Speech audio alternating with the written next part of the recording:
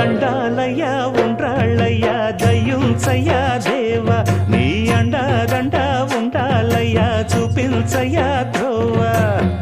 పిండి వంటలారగించి తొండమెత్తి దీవిల్చయ్యా తండ్రి